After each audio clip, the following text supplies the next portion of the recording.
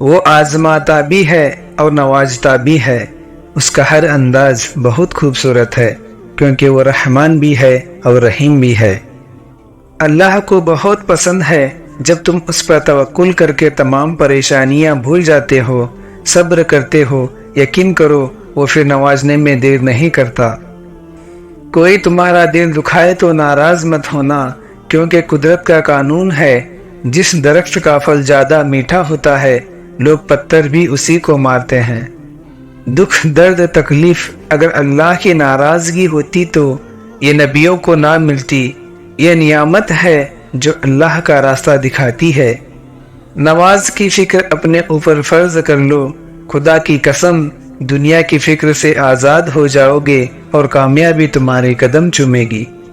جب اللہ چاہتا ہے کہ کسی بندے سے دوستی کرے تو اس کی زبان پر اپنا ذکر اور دل پر اپنی فکر کے دروازے کھول دیتا ہے۔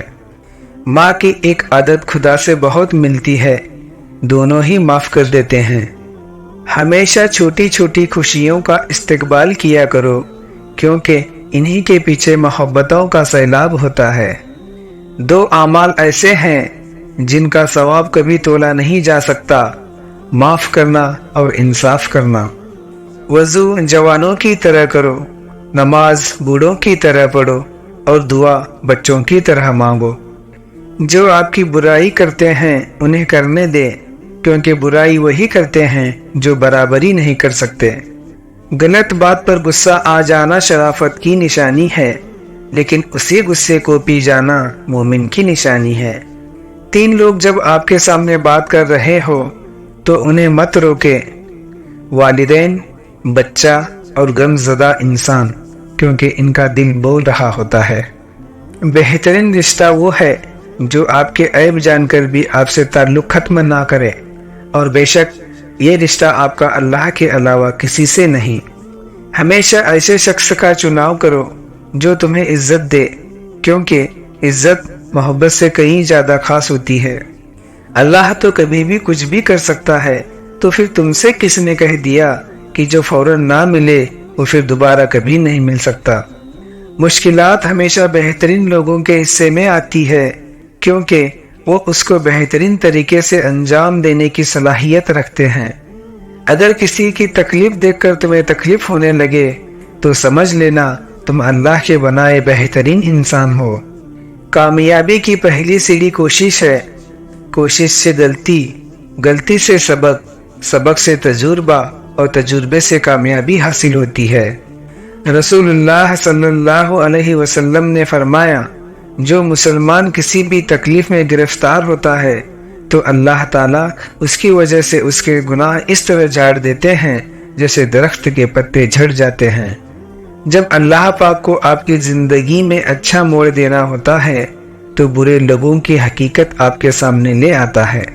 اپنے اندر اتنی ہمت پیدا کرو، کل آپ جن کے لیے مذاق تھے آج آپ ان کے لیے مثال بن جاؤ۔ اکیلے ہونے کی سب سے اچھی بات یہ ہے کہ جب آپ پریشان ہو، جب آپ اداس ہو، آپ کو سننے والا صرف آپ کا اللہ ہوتا ہے۔ تم کسی کے ساتھ بھلائی کرو، تمہیں اس کا بدلہ برائی کی صورت میں ملے تو سمجھ لو کہ تمہاری نیکی قبول ہو گئی۔ میں بہت خوش ہوں کیونکہ مجھے کسی سے کوئی امید نہیں ہے سوائے اللہ پاک کی ذات سے، وہی میرا رب ہے، وہی میرا سب ہے۔ اے اللہ، تو ہمارے لیے رجب اور شعبان میں برکتیں عطا فرما اور ہمیں رمضان تک پہنچا، آمین۔ لوگ تمہیں بدنام کرنے کی لاکھ کوشش کریں گے، لیکن یاد رکھنا عزت اور ذلت اللہ کے ہاتھ میں ہے۔ کسی کو معاف کر کے اچھا بن جاؤ، مگر دوبارہ اعتبار کر کے بیوقوف نہ بنو۔ دنیا میں دو طرح کے دکھ ہیں، ایک وہ جو تمہیں توڑ دیتے ہیں اور ایک وہ جو تمہاری زندگی بدل دیتے ہیں۔ محبت کبھی خاص لوگوں سے نہیں ہوتی، جن سے ہوتی ہے وہی خاص بن جاتے ہیں۔ اگر تم اپنے رب پر بہت بھروسہ رکھتے ہو تو یہ جان لو کہ تمہارا رب اس بھروسے کو کبھی ٹوٹنے نہیں دے گا، انشاءاللہ۔ دنیا میں خوبصورت دل تلاش کرو، چہرے نہیں، کیونکہ خوبصورت چہرے تو بہت ہیں لیکن خوبصورت دل بہت کم ہے۔ صرف دو لوگ آپ کو صحیح طرح سمجھ سکتے ہیں، ایک وہ جو آپ کی حالات سے گزرا ہو اور دوسرا وہ جو آپ سے شدید محبت کرتا ہو۔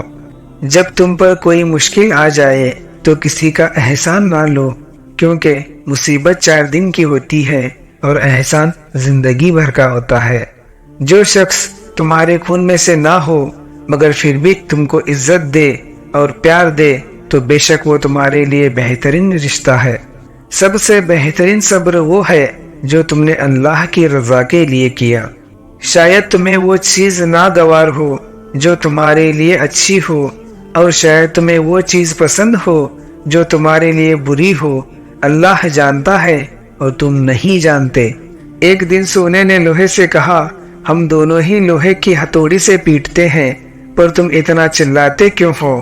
لوہا جب اپنا ہی اپنے کو مارتا ہے تو درد زیادہ ہوتا ہے۔ اگر تم اس وقت مسکراتے ہو جب تم پوری طرح ٹوٹ چکے ہو تو یقین جانو دنیا میں تمہیں کبھی کوئی نہیں توڑ سکتا۔